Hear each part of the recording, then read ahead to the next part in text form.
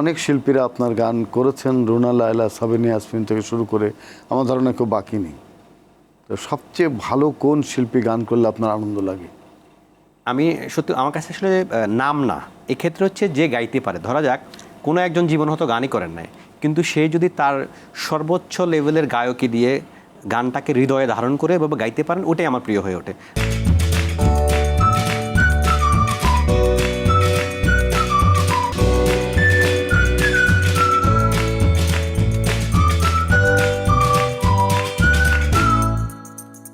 প্রিয় দর্শক, city bank নিবেদিত RTV অক্ষরের গল্প আয়োজনে আপনাদের সকলকে স্বাগত জানাই। আমরা সবসময় দেখি যে আমরা আমাদের অক্ষরগুলো, আমাদের বর্ণমালাগুলোকে রক্তের ভেতর দিয়ে উত্থিত হতে, সংগ্রামের ভেতর দিয়ে, আগুনের ভেতর দিয়ে এবং ঝলসানো সেই সব শব্দ, সেই সব বাক্য, কখনো গান, কখনো কবিতা, কখনো নাটক, আমাদের সংস্কৃতির নানা বিভাগে তারা ছড়িয়ে পড়ে এবং আমাদেরকে উদ্দীপ্ত করে। আমরা সেই 1952-এর ভাষা আন্দোলন থেকে 24-এর যে জুলাই অভ্যুত্থান, সে পর্যন্ত আমরা দেখি যে প্রতিটি পরতে পরতে রক্ত, প্রতি পরতে পরতে ঘাম, প্রতিটি পরতে পরতে মানুষের কান্না। সুতরাং আমাদের ভাষার মধ্যে, আমাদের অক্ষরের মধ্যে সে কান্না, সে রক্ত লেগে আছে। এই অক্ষর নিয়ে যারা কাজ করেন তাদেরই একজন আজকে আমাদের অতিথি। তার নাম হচ্ছে রবিউল ইসলাম জীবন। কেমন আছেন জীবন আপনি? আলহামদুলিল্লাহ, ভালো আছি। প্রথমেই সেই যে লাল সবুজের বিজয় নিশান, যে গানটি, সামনে বিজয় দিবস, জি, সেখানে সেই আওয়াজটি প্রতিধ্বনিত হতে দেখি কখনো সেনাবাহিনীর কুচকাওয়াজে, কখনো কোনো মানুষের বাসায়, কখনো ক্লাবে, খেলার মাঠে গানটি বাজতে থাকে। আপনি যখন হেঁটে যান, যখন এই গানটি বাজে, তখন ওর অনুভূতি কী হয়?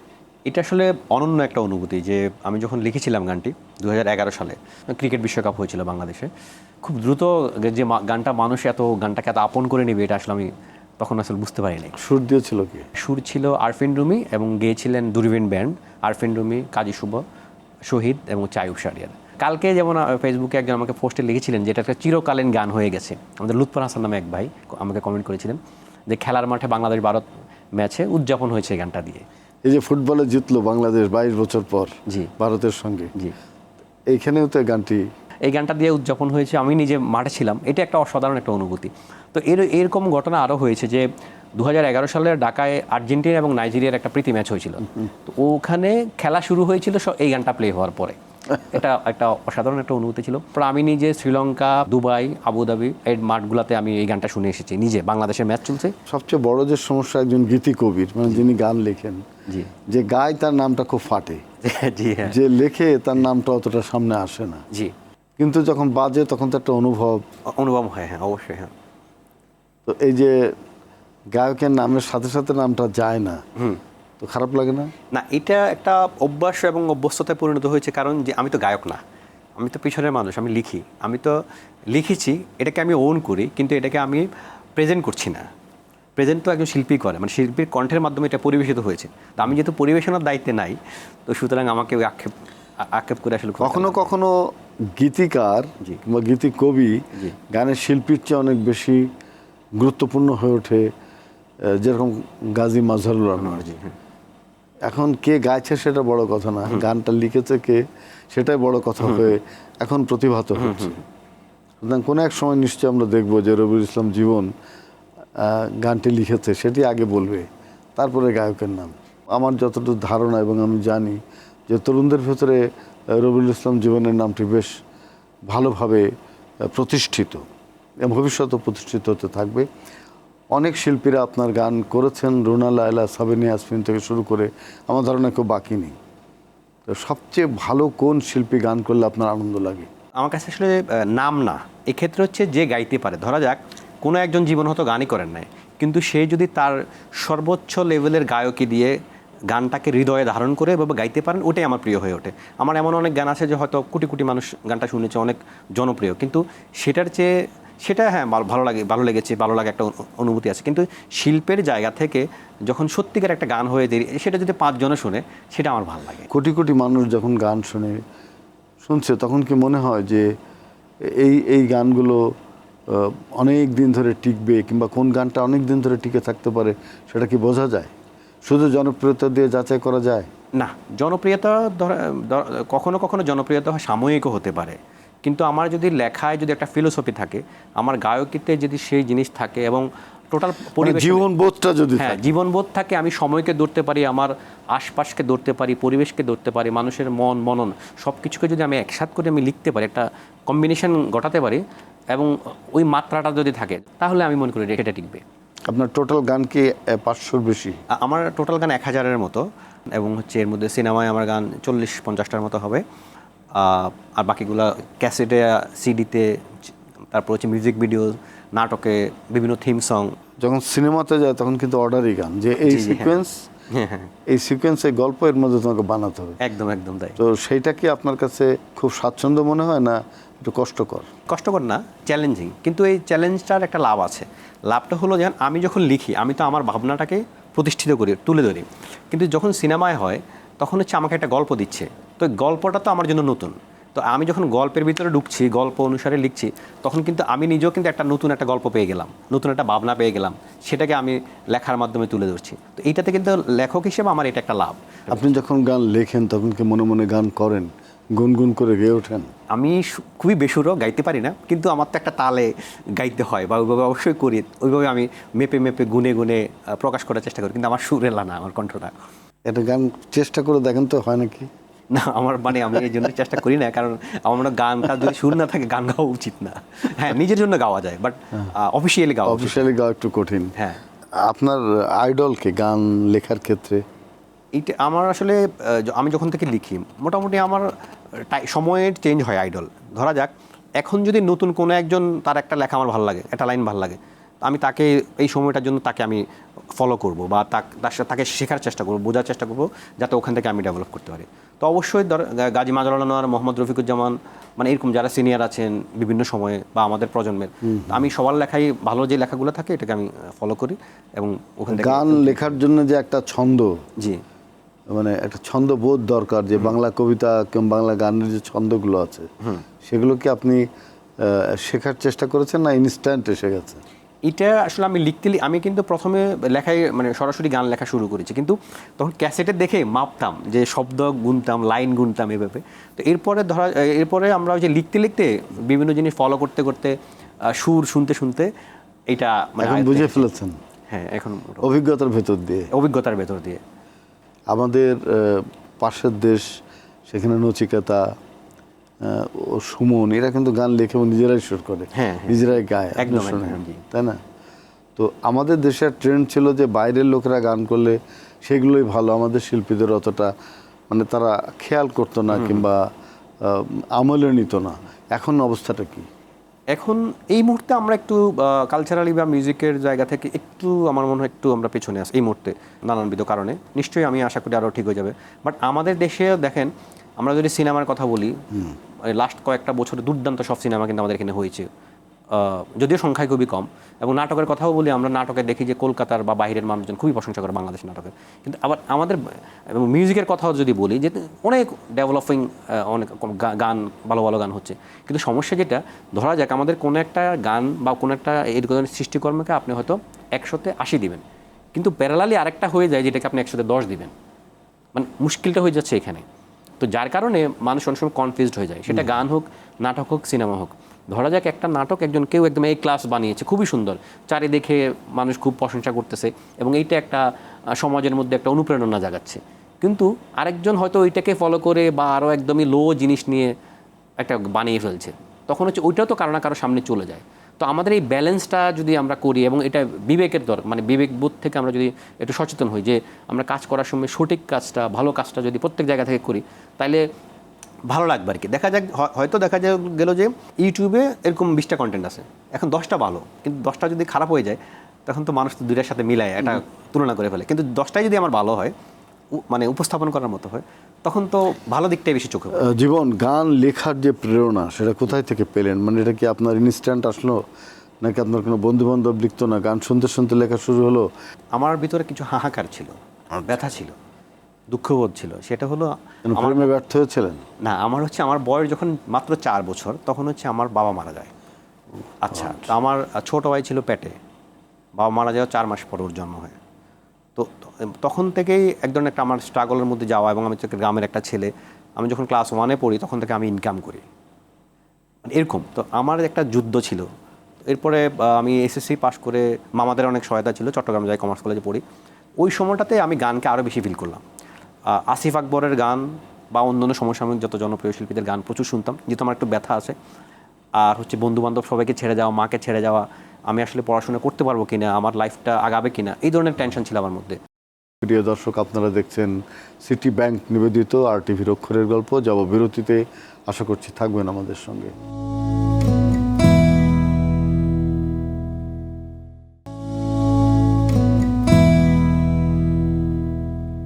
প্রিয় দর্শক, আপনারা দেখছেন সিটি ব্যাংক নিবেদিত RTVর অক্ষরের গল্প। ফিরছে বিরতির পর।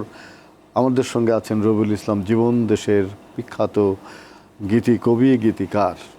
জীবনের যেটা বলছিলাম, আমার বাড়িতে হয়তো আমার মা একটু কষ্টে আছে, আবার আমার পকেটে টাকাও নেই, আবার আমি হয়তো একটা বইটা কিনতে পারতেছি না, আমি হয়তো সুন্দর একটা জুতা কিনতে পারতেছি না। তো এই যে হাহাকার থাকা, এবং আমার তখন একজনকে আমার খুব ভালো লাগতো, ওই একটা ব্যথাও ছিল।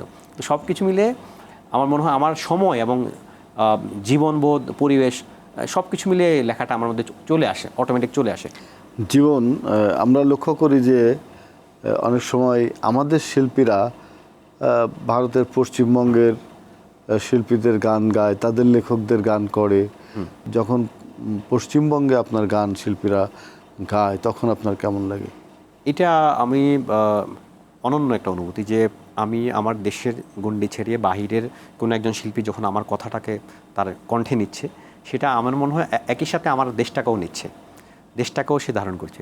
তো আমি এই জায়গায় খুবই ভাগ্যবান যে এই কিছুদিন আগে আপনার আসামের একজন শিল্পী জুবিন গার্গ মারা গেছেন। সারা ওয়ার্ল্ড ওয়াইড কিন্তু ওটা নিয়ে মানে আলোড়ন হয়েছে, ওনাকে নিয়ে মানুষ স্মরণ করেছে, ভালোবাসা জানিয়েছে, লাখ লাখ মানুষ রাস্তায় নেমে এসেছে। তো উনি আমার একটা গান করেছিল, অনেক তো কথা ছিল দেখা হলো না, তোমার সাথে পথ চলা হলো না। এটা প্রেমীয় প্রেমী সিনেমার একটা গান, কলকাতারই একজন সুরকার সুর করেছিলেন, আকাশ সেন নাম।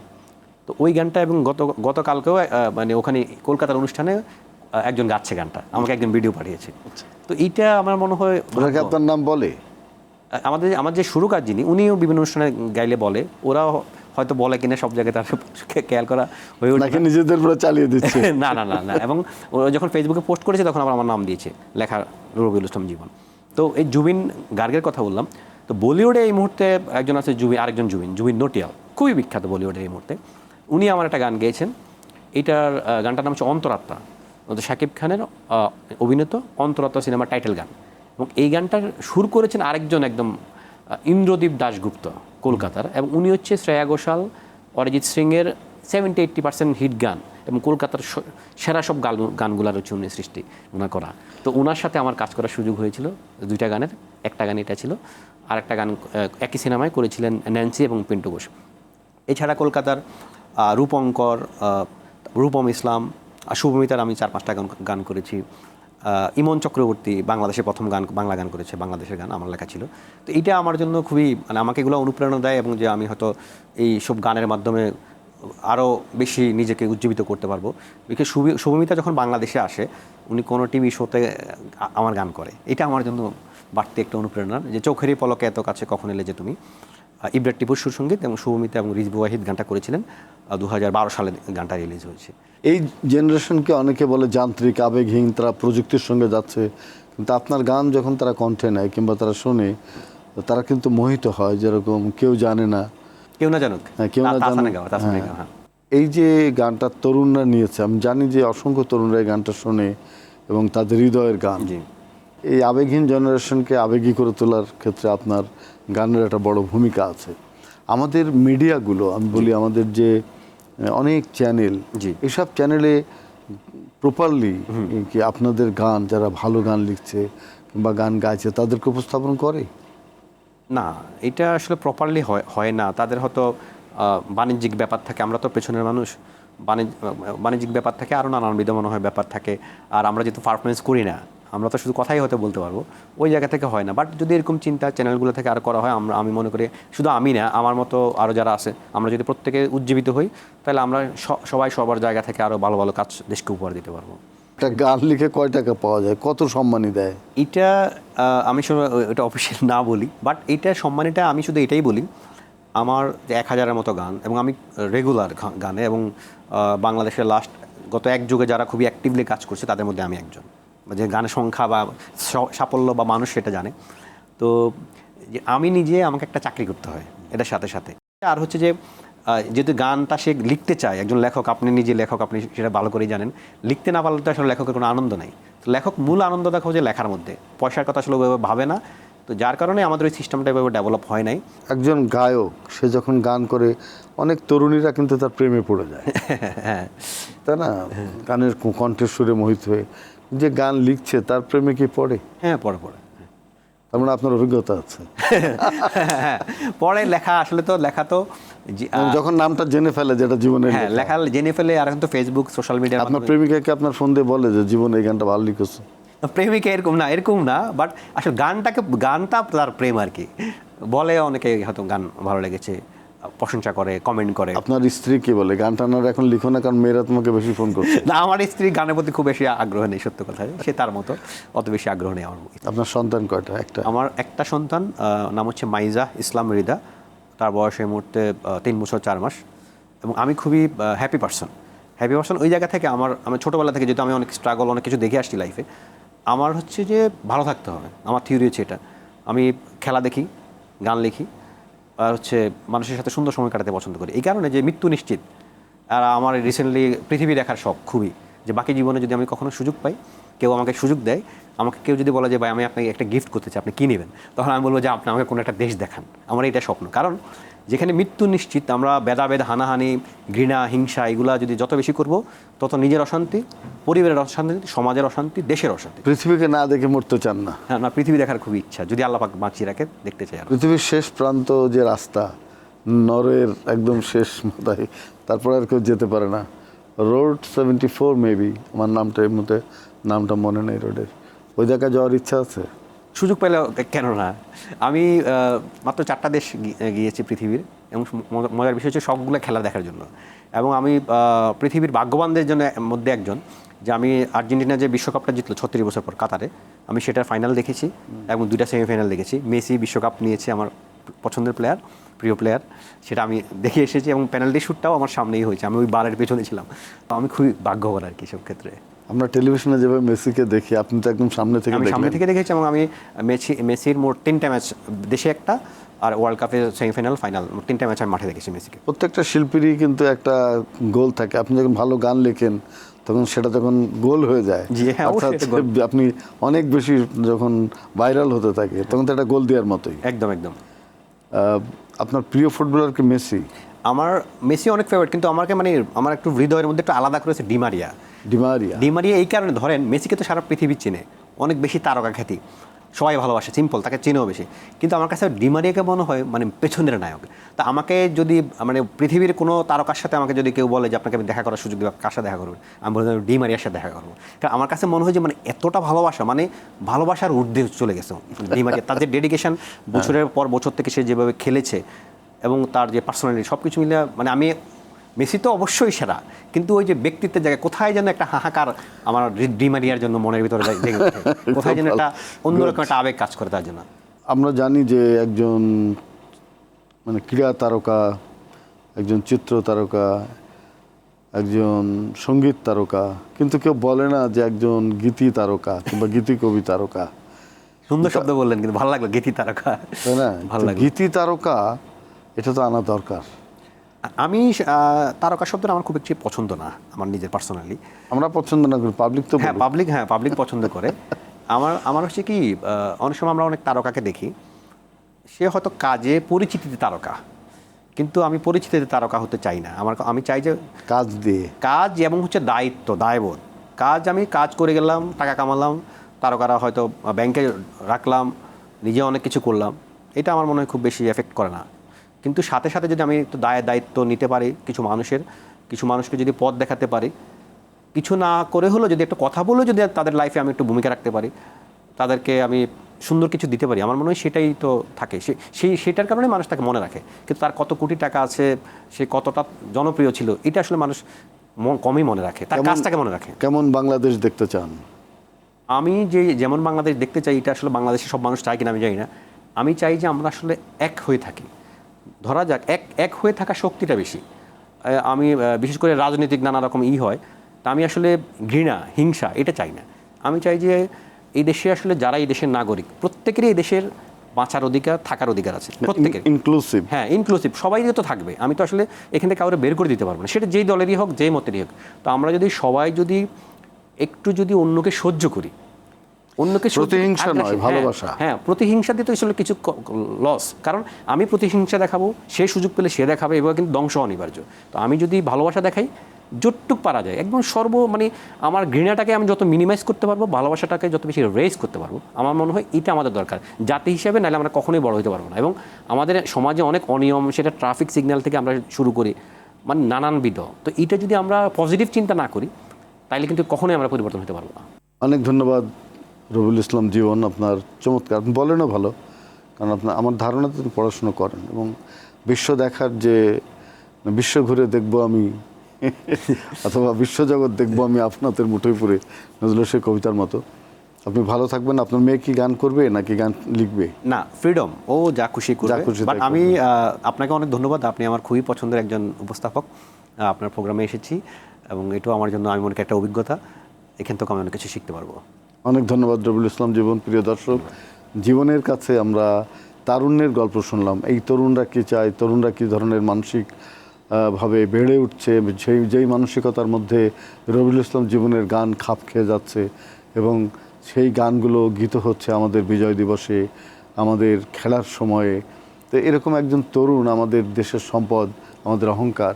আমরা কিন্তু তাকে নিয়ে কতটাই বা ভাবছি। লিজেন্ড তৈরি করতে হবে এদেরকে, এরাই হচ্ছে আমাদের সামনের পথ চলার অহংকার। আমি রবিউল ইসলাম জীবনকে অনেক ধন্যবাদ দিই। আমাদের সিটি ব্যাংক নিবেদিত অক্ষরের গল্পের এই আয়োজন এখানে শেষ করব। শুধু এই কথাটুকু বলবো যে জীবন যে বাংলাদেশ দেখতে চায়, তার মধ্যে কিন্তু বাংলাদেশ আছে। ধন্যবাদ।